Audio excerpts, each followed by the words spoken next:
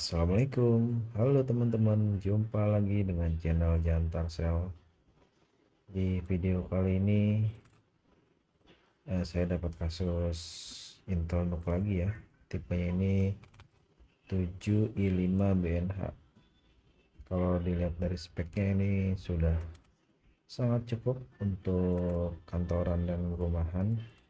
Dia Core i5 generasi 7, bisa di upgrade slot, tersedia slot M-SATA, bisa 2240 dan 2280, serta memorinya kalau nggak salah up to 16 GB.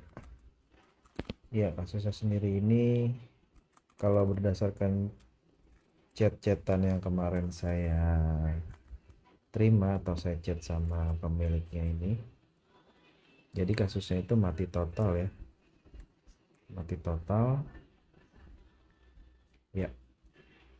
Ini sudah saya bongkar ya paketannya. eh, Kalau untuk kasus mati total sih ya biasanya hanya di BIOS ya, kalau tidak ada kerusakan yang lainnya itu. Tapi bagaimana dengan unit yang ini, kita langsung cek aja ya.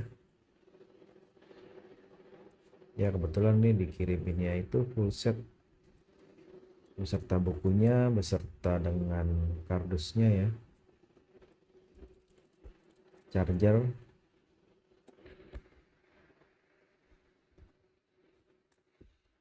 Kasusnya itu mati total ketika dipakai, atau mati aja gitu kata yang punya atau usernya. Mudah-mudahan di video kali ini saya bisa jelasin lebih detail ya, karena videonya ini panjang. Saya kasih full analisa panjang, hampir ya lebih dari 1 jam. Ini full analisa, tidak ada yang di skip. Kalaupun ada yang di skip karena memang ada customer yang datang ya, itu saya skip dulu atau kepotong pas lagi sholat gitu. Ya ini langsung saya coba nyalain unitnya, dan bisa dilihat yaitu ketika dicolok charger atau adaptor dia langsung on gitu, langsung biru, tidak standby dulu gitu istilahnya.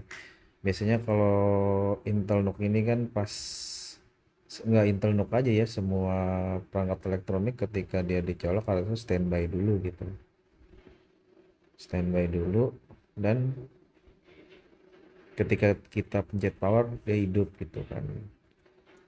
eh nggak tahu ya ini hardware atau software gitu penyakitnya, tapi yang jelas karena awalnya dia bilang mati total ya, di sini saya udah maksudnya itu sudah merasa pede gitu, dalam arti kata wah bisa nih gua benerin gitu kan.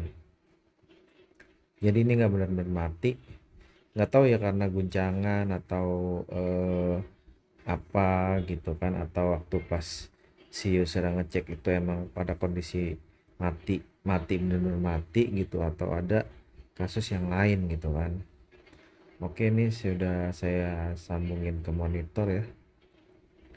Kita cek di monitor apakah dia berhasil masuk Windows ada atau ada tampilannya gitu kan.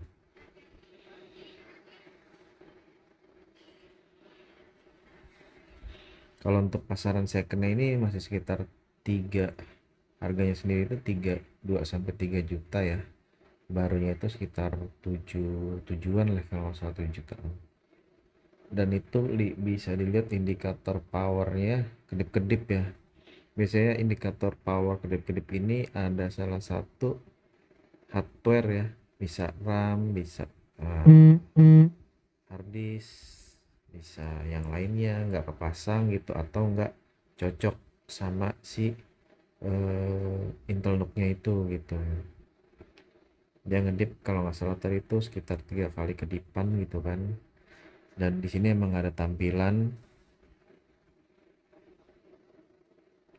Oke, kita lanjut langsung bongkar aja. Tampilannya blank ya. Kita lanjut bongkar.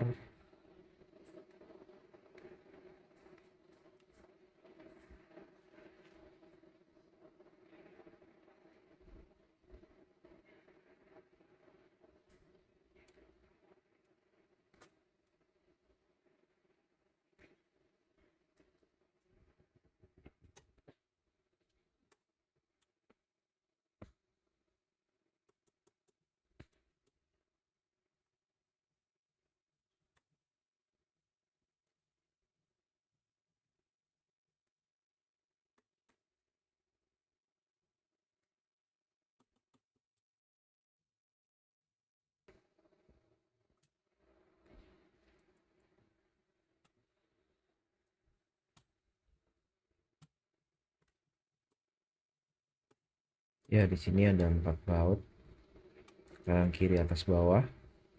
Dikendorin aja atau dicopot aja teman-teman.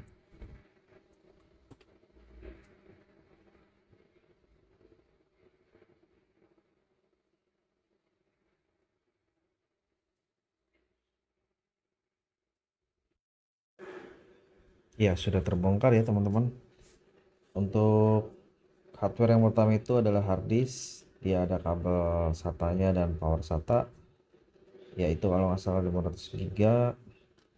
Ya, itu bisa dilihat untuk RAM-nya ini salah slot ternyata teman-teman. Harusnya di sini tuh RAM-nya di bawah ya, nggak cuma di Intel Noob, untuk di laptop juga.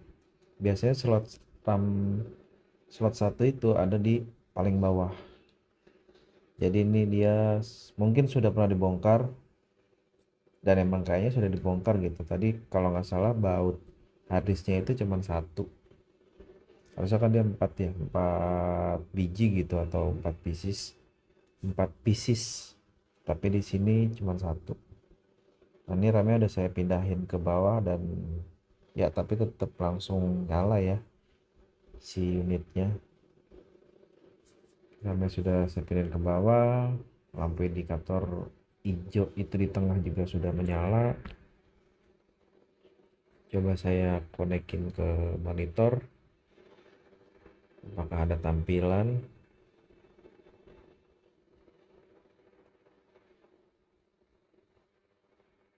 Tapi sudah nggak kedip ya.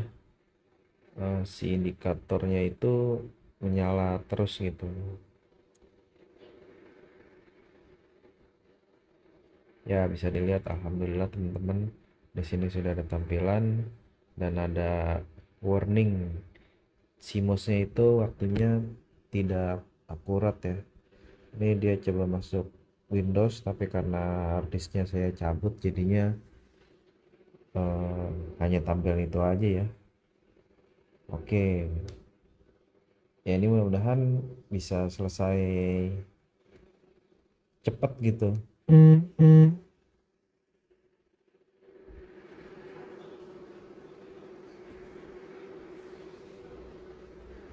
Sudah bertampilan dan ada indikator minta di reboot ya, karena si sistemnya tidak mendeteksi adanya OS karena harddisknya tidak terpasang. Oke, saya coba pasang harddisk dan selanjutnya saya coba nyalakan kembali.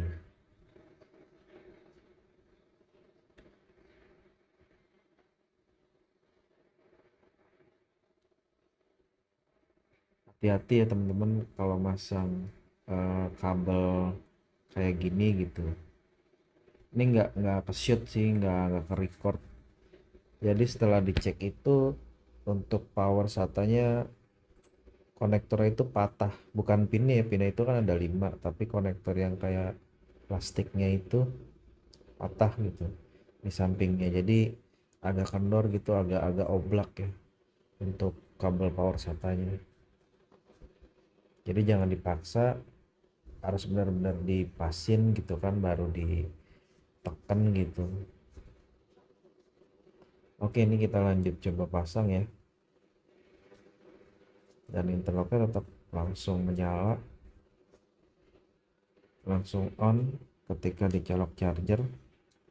Apakah ada perubahan dia bisa masuk Windows?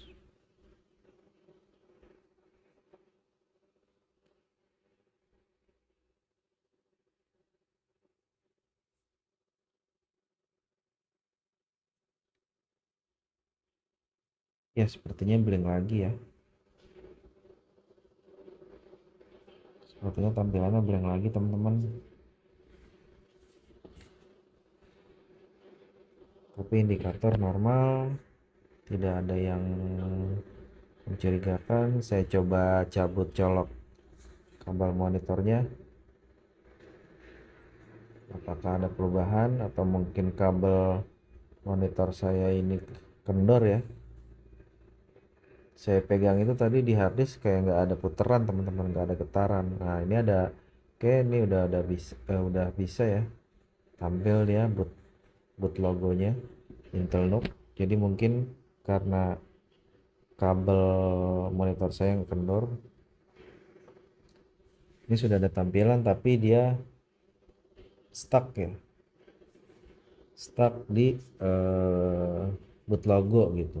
Kalau di handphone itu ini, ya ini namanya boot stuck, bisa dibilang boot loop ya. Ya ini stuck, kita tunggu aja. Harusnya kan dia ya nggak selama ini gitu, maksudnya ketika habis logo mungkin dia pindah tampilan gitu atau bisa langsung loading atau gimana gitu. Ini sudah sekitar 15 menitan atau sekitar 5 detikan tapi masih di logo ini aja tampilannya. Kita tunggu aja teman-teman. Ya ini karena saya ngerekamnya saya pegang ya handphonenya, jadi saya coba taruh untuk memastikan bahwa dia bisa masuk menu dan tidak ter skip gitu. Oke, ternyata emang boot stuck ya, atau dia istilahnya bengong gitu, tampilannya bengong.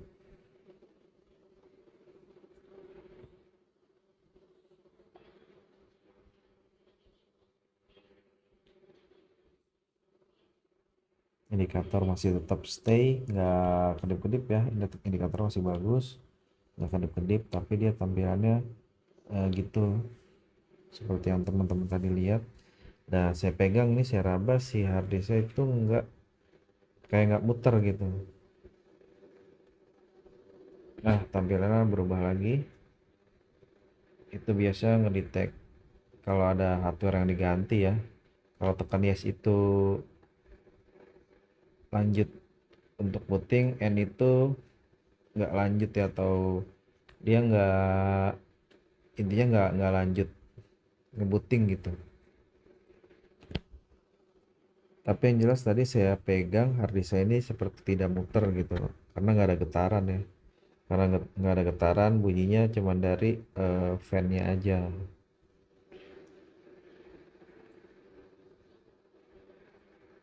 Oke, di sini saya coba ganti harddisk. Ini sudah ada OS-nya, jadi harusnya ketika dia masuk harddisk atau diganti harddisk baru pasti eh, langsung masuk Windows.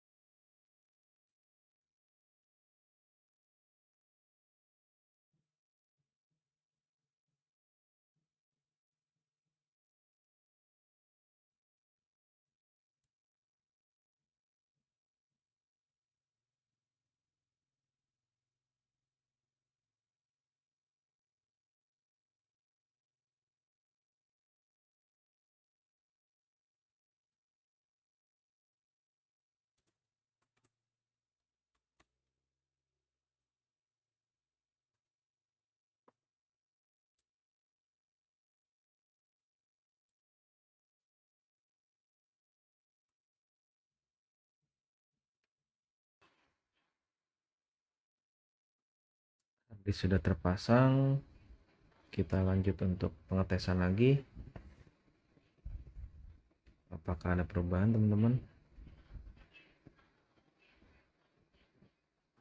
Saya di sini curiga sih. Curiganya itu karena dia ketika dicolok charger dia langsung nyala ya. Masih curiga ini hardware-nya itu emang belum istilahnya belum benar-benar bagus gitu, atau belum sempurna 100% bagus. Ya, saya coba pegang lagi, tetap seperti tidak berputar ya harddisknya.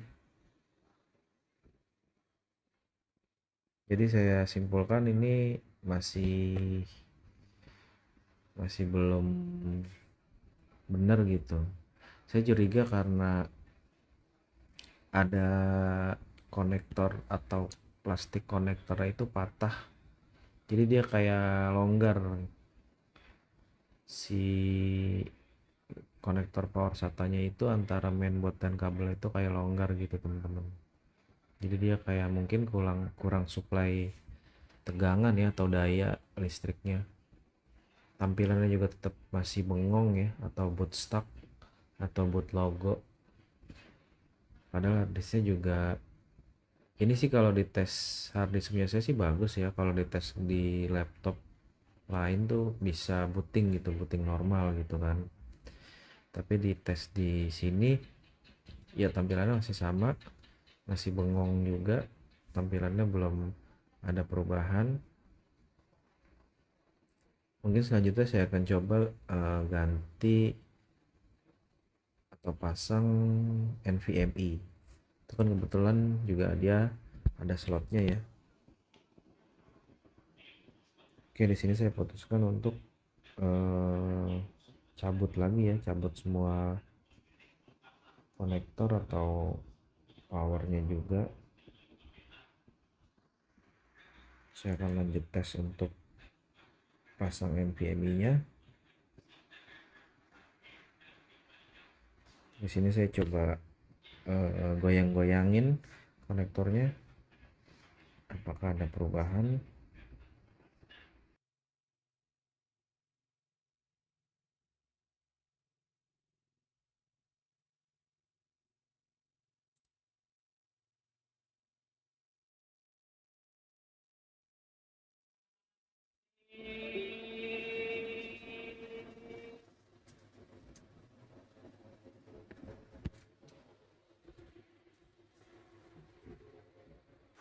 Ternyata masih sama ya, hanya tampilan peringatan karena hardware itu diganti.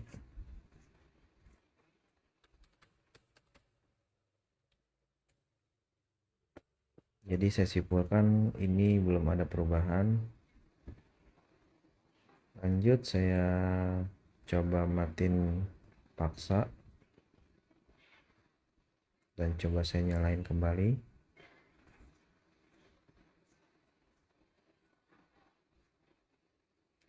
Untuk loading awal tampilan ini juga saya ngerasanya agak lama ya. Maksudnya ketika kita tekan on dia nggak langsung tampil. Normalnya itu kan mungkin 2 sampai 3 detik. Tapi di sini ternyata dia blank cukup lama teman-teman. Blank cukup lama. Nah, ini dia kayak mau nampil tapi nggak jadi ya kan, mati lagi. Ini yang saya bilang boot loop ya. Dia tampil lagi, dia masih tampil, mati lagi, tampil lagi, mati lagi. Ini saya biarkan agak cukup lama ya, karena saya mau ngelihat istilahnya reaksinya gitu, reaksi si Intel Nokia ini, apakah dia gini-gini terus atau biarpun boot loop tetap bisa keluar tampilan gitu. Nah ini ternyata setelah 5 kali kurang lebih ya dia keluar tampilan. Saya curiga langsung ke BIOS ya. BIOSnya ini kayak nggak bener gitu. Biasanya ini mungkin ada beberapa part atau biasanya itu korup gitu kan. Jadi dia nampil nih tapi yang nggak bisa booting atau masuk Windows gitu kan, ketik walaupun sudah di coba gonta-ganti hard disk, tapi tetap saya mau coba ganti NVMe. Apakah ada perubahan nanti? Ditonton terus teman-teman, jangan lupa di like, di subscribe, di komen, di share, supaya saya lebih bersemangat untuk upload terus, untuk berbagi pengalaman masalah set piece seputaran PC, laptop, dan handphone ya. Saya coba raba lagi tadi untuk harddisknya, tetap nggak ada rasa getaran gitu teman-teman. Getar-getar cintanya tuh nggak ada gitu. Lempeng-lempeng aja gitu teman-teman.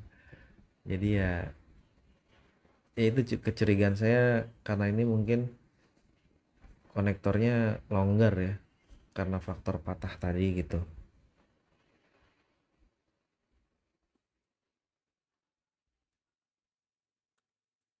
Ya ini saya coba raba-raba lagi, apakah ada getaran-getaran cinta ya.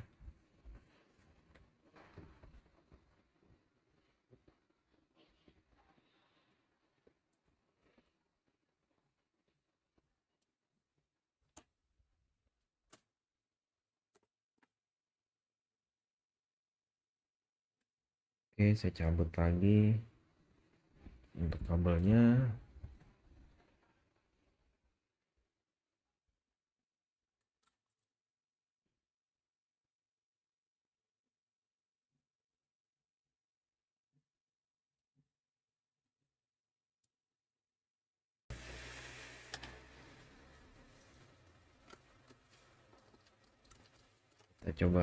Kita coba pasang NVMe. Kalau dari spek sih sebenarnya ini nggak support ya NVMe, cuman saya mau lihat reaksinya aja. Ini dia mentok di M.2 SATA.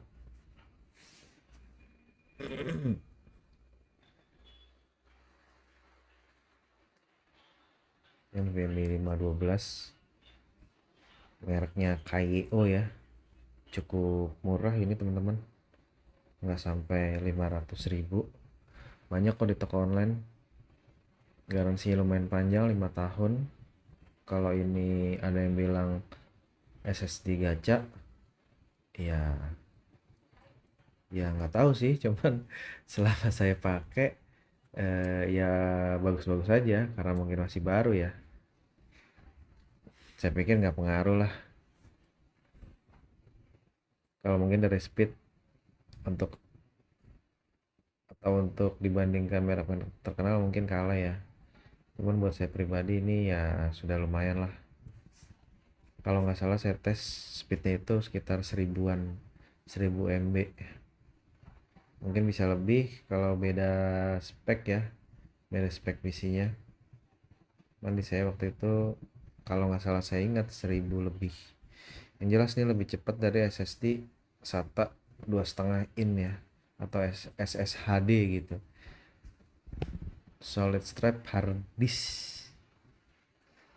Ya ini coba saya tes lagi ya.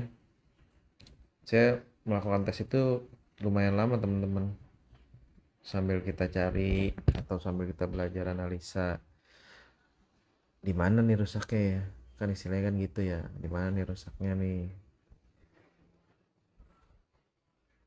Ya ini tetap langsung nyala, terus saya colokin dongle keyboard ya. Ya tetap langsung nyala. Kita coba colokin ke monitornya.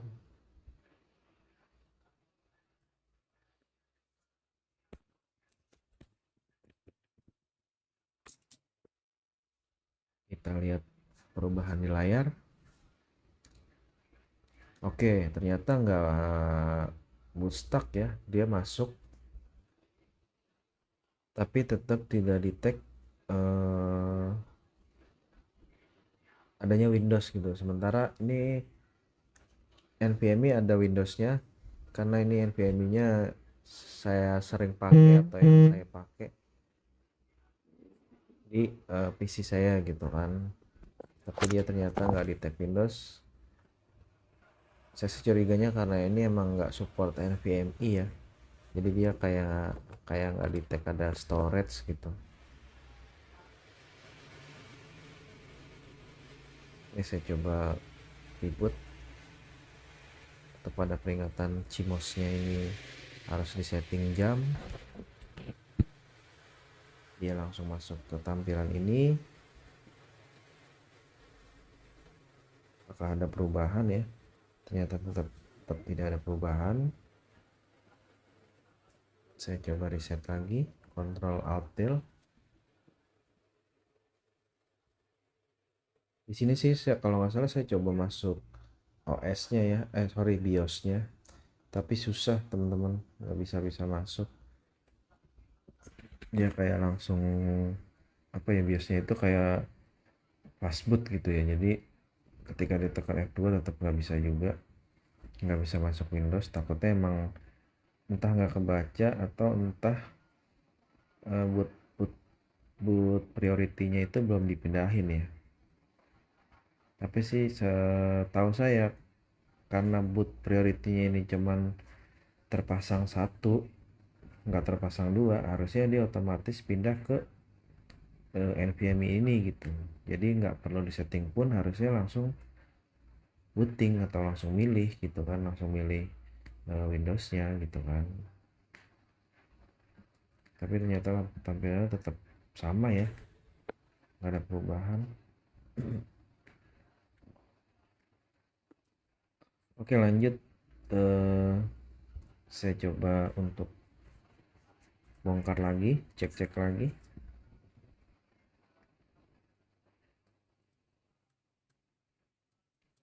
NVMe ini ya saya juga lepas.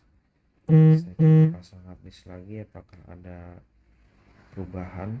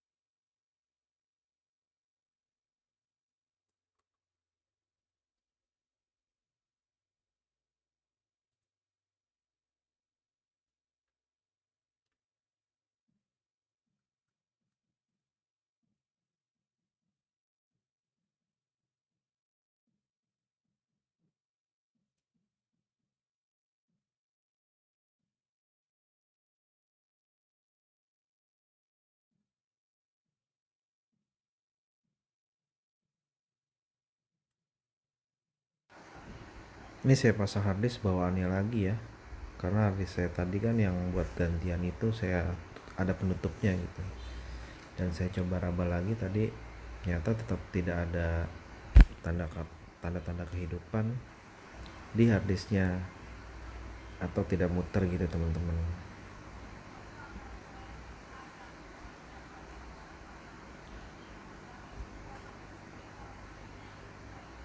Tampilan juga tetap ya, masih langsung on. Saya coba raba lagi, tetap tidak ada tanda-tanda kehidupan di harddisknya. Kita cek lagi kanan kiri apakah ada yang mencurigakan.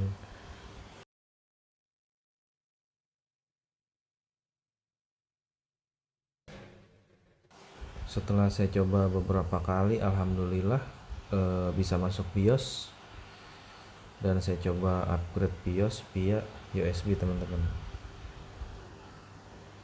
Jadi sebetulnya kalau dia mau langsung update BIOS kan ada pilihannya itu tadi ya, ketika booting F2 untuk masuk BIOS, F7 itu untuk langsung upgrade BIOS, F10 itu untuk memilih boot priority gitu kan. Tapi di sini saya tekan F2 untuk masuk BIOS dan lihat speknya gitu kan, atau lihat settingan BIOSnya, dan saya coba untuk update BIOS via menu ini, ternyata error gitu teman-teman. Bisa dilihat ya, error updating kapsul gitu kan. Untuk errornya ini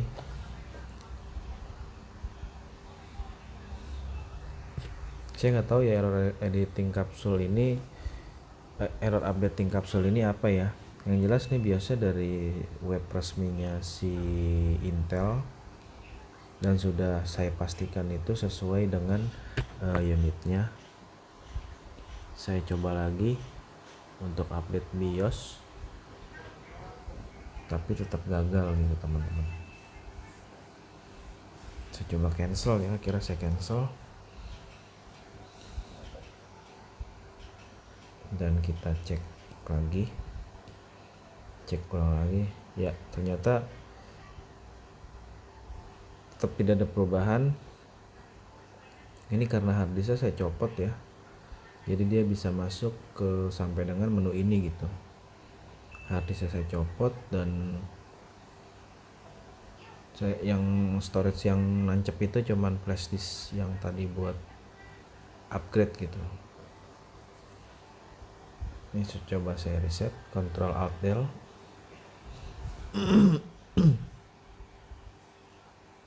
Apakah ada perubahan? Masih sama aja.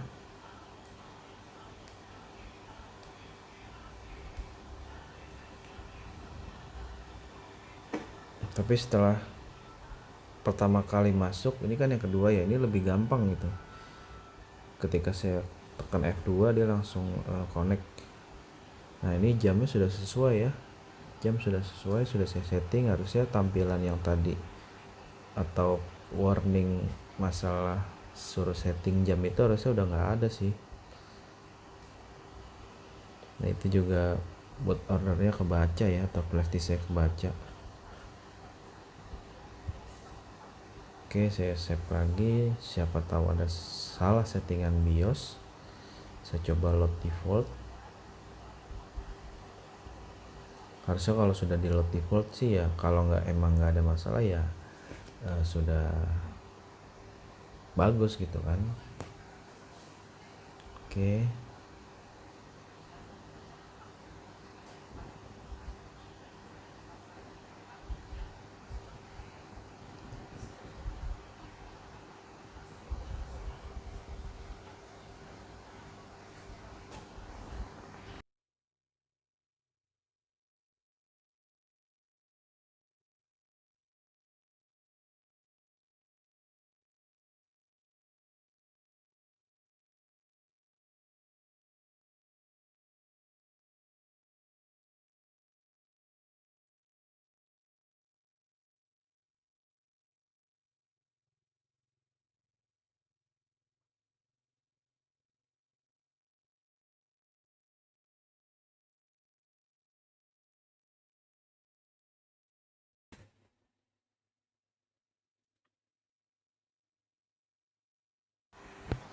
lanjut teman-teman. Di sini saya coba ngecek kaki pin dari power SATA-nya ya. Di situ ada 5 pin, harusnya dia keluar tegangan 5 volt di salah satu kakinya atau di salah duanya. Ini posisi Intel NUC-nya nyala, dan avometernya itu di switch atau di saklar 20 volt. Jadi probe yang hitam itu ke ground, probe yang merah itu di kaki pinnya. Kita cek satu-satu. Ya, ini 00, mungkin nih ground ya. Ya, tadi ada nilai 5,16 volt. Di sini juga ada nilai 3,3. Berarti harusnya ini normal sih kalau sudah ada 5 volt. Jadi untuk konektor yang di mainboardnya itu nggak ada masalah ya. Saya curiga itu di kabel fleksibelnya nih, fleksibel yang di bracket tuh, mungkin dia nggak nggak connect atau dia patah atau apa atau dia rusak atau gimana ya, saya nggak tahu ya. Ini makanya kita lakukan pengecekan untuk pin-pin tersebut gitu. Ini saya coba copot konektornya.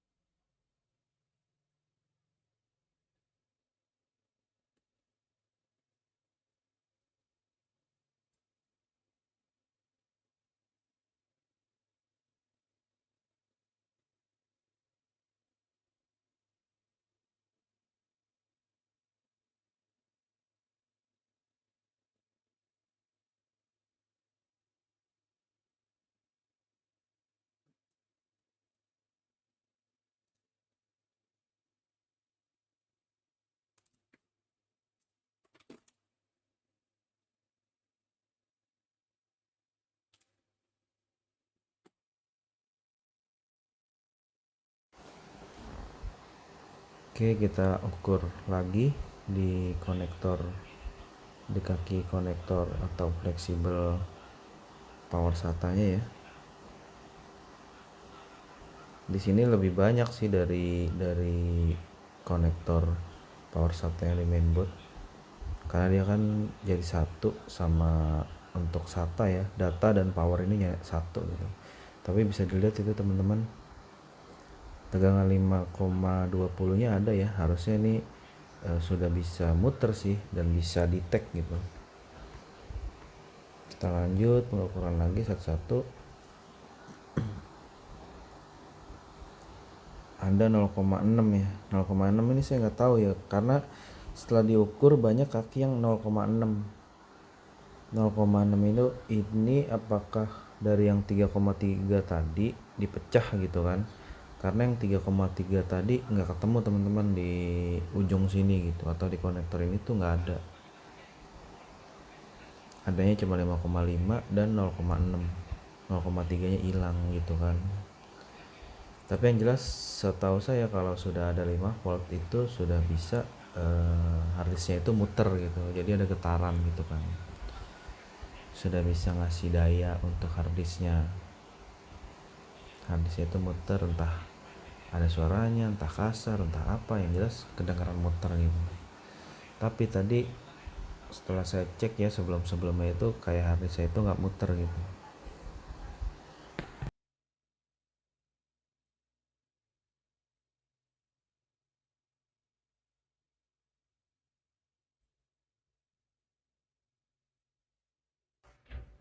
Setelah dilakukan pengukuran ternyata tegangannya ada teman-teman ya, ada 5 volt dan 3 volt. Lanjut, kita akan pasang kembali untuk harddisk bawaannya dan coba kita nyalakan apakah ada perubahan teman-teman.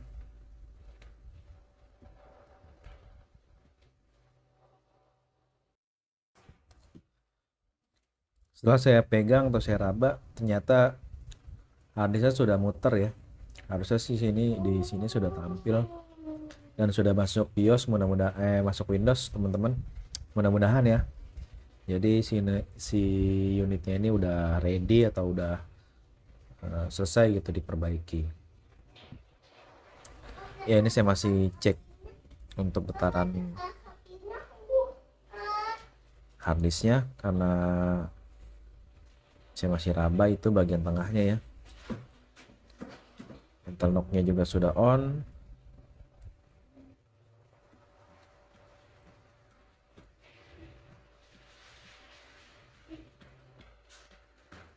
Kalau cara ini juga tidak berhasil, paling ya terakhir saya akan update BIOS lagi atau flash BIOS, tapi harus diangkat ya chipnya atau IC BIOS itu kita angkat dan kita langsung direct flash pakai C314A Programmer.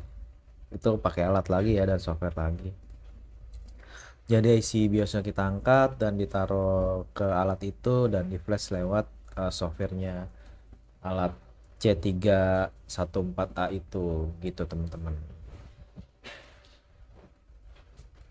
Tapi sekedar informasi aja, untuk BIOS yang bisa di flash via tools itu gitu kan, format filenya itu harus bin gitu. Jadi kalau misalkan teman-teman dapat BIOS bawaan dari pabrikan contohnya Intel itu kan biasanya ada yang BIO ekstensinya atau ada yang ROM gitu kan ekstensinya, jadinya kayak harus di-convert dulu gitu teman-teman, nanti ada softwarenya lagi.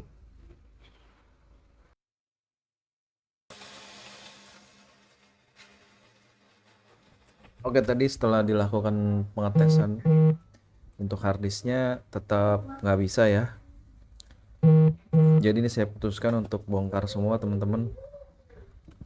Mainboardnya kita angkat, saya mau ngecek apa namanya baterai BIOSnya ya, takutnya baterai BIOSnya ini kurang atau perlu diganti gitu kan. Oke lanjut teman-teman, kita untuk proses pengangkatan mainboardnya.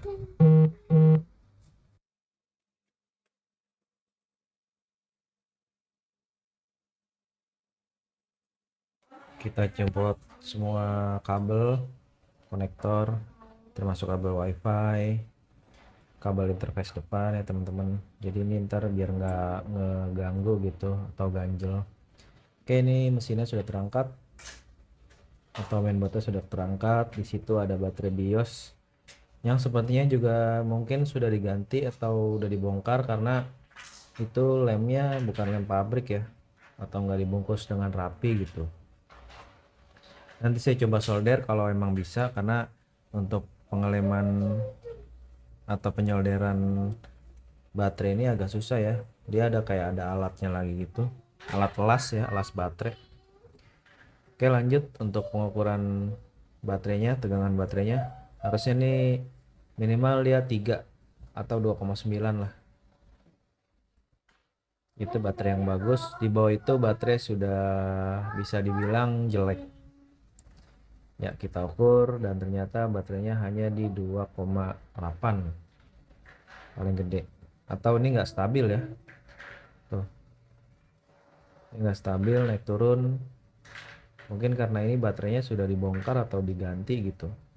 Nanti kita lihat langsung aja teman-teman, takutnya emang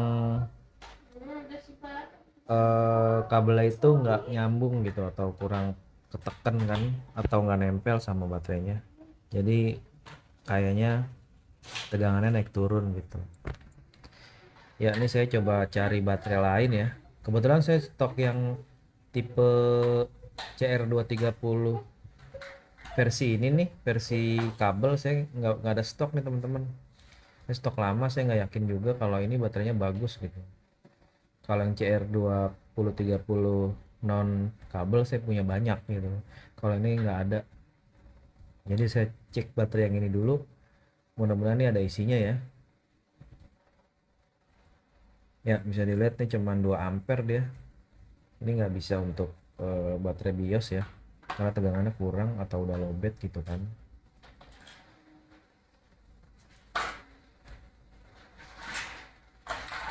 Oke, ini saya akan bongkar baterai yang lamanya.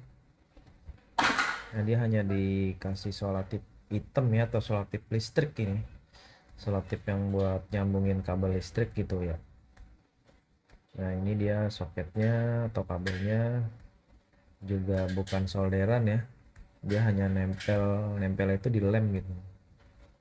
Takutnya karena soket kabelnya ini nggak terlalu nempel ke baterai, jadi tegangannya naik turun gitu kan. Ya itu bisa dilihat ya. Ya sudah copot ternyata konektor kabelnya.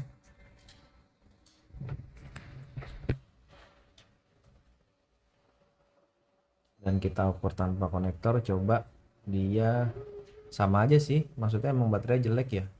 Tegangannya naik turun, tadi 2,1 2,4 turun lagi 2, sekian gitu kan. Nah ini baterai yang baru, tipe baterainya yang tadi saya bilang CR2032. Ini banyak kok di toko online atau di toko-toko jam sih, setahu saya juga banyak gitu kan. Coba kita ukur.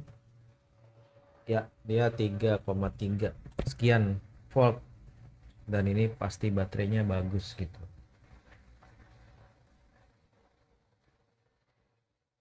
Jangan kebalik ya teman-teman, itu yang merah biasanya positif, yang hitam itu negatif. Nah, kalau untuk di baterai sendiri kan ada tulisannya ya itu ya. Bagian atas itu plus, bagian bawah itu min. Jangan kebalik, jangan ketukar, takutnya ntar pas masuk ke soket di mainboardnya itu kebalik, jadinya ngerusak gitu, ngerusak mainboardnya. Karena untuk baterai itu, baterai apapun pasti ada kutubnya ya, positif dan negatif. Untuk pemasangannya nggak boleh kebalik. Kalau kebalik pasti nggak nyala, kalau kebalik pasti bisa bikin konslet juga gitu. Oke, di sini saya coba kerok-kerok dikit ya untuk bodi baterainya, untuk kita tempel timah. Jika memang bisa disolder atau ditempel, kita solder aja. Kalau enggak, ya kita bungkus rapat ya, serapat-rapatnya, biar si konektor atau soket baterainya itu nempel dengan benar gitu.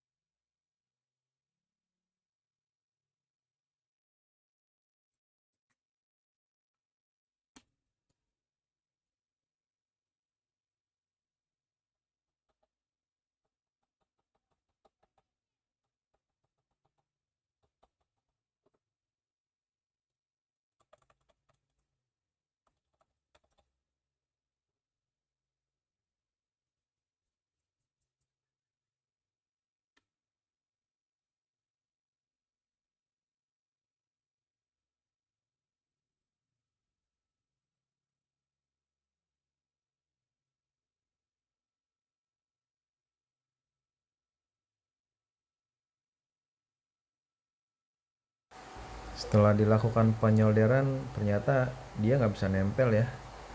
Jadi ini saya putuskan untuk dibungkus rapat saja dengan memakai isolasi yang lama, karena isolasinya ini juga masih kuat ya. Seperti yang saya bilang tadi, untuk nempelin timah atau nyambung timah ke kabel itu kayak ada alatnya lagi teman-teman untuk kelas baterai. Karena kalau misalkan kita paksa panasin terus, baterainya nanti bisa meledak dia.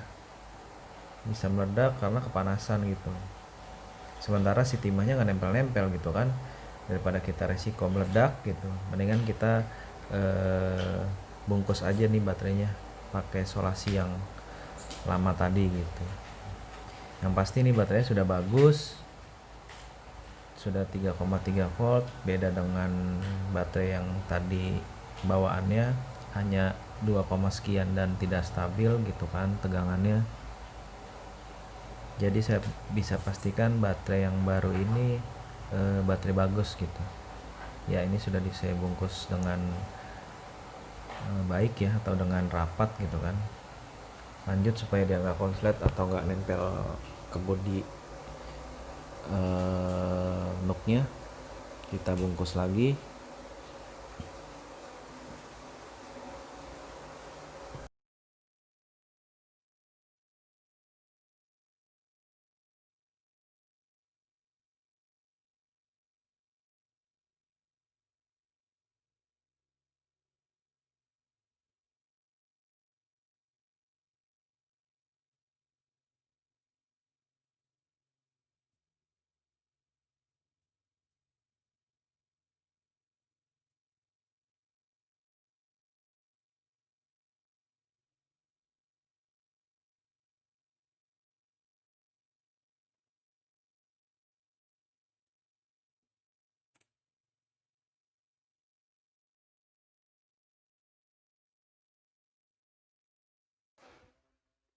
Baterainya kita cek lagi setelah kita bungkus.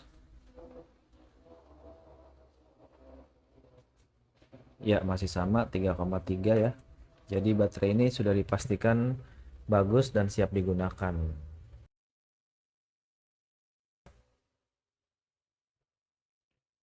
Lanjut untuk pemasangan di mesin atau di mainboard. Konektor ini nggak mungkin kebalik ya teman-teman, karena dia kalau kebalik nggak bisa masuk gitu. Kalau kebalik antara plus minnya nggak mungkin, karena ya itu tadi, kalau kebalik nggak akan masuk ke soket yang di mainboard gitu. Jadi harus dipastiin benar bahwa soketnya ini masuk.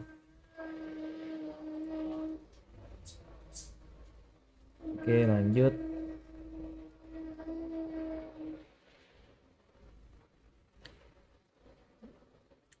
Saya bongkar kipasnya untuk sekalian ganti pasta ya, dan sekalian kita bersihkan lagi bawahnya itu ya. Bisa lihat tuh bawahnya agak burem ya, atau agak kotor tuh kelihatan ketutupan debu. Jadi dia panasnya ketahan gitu.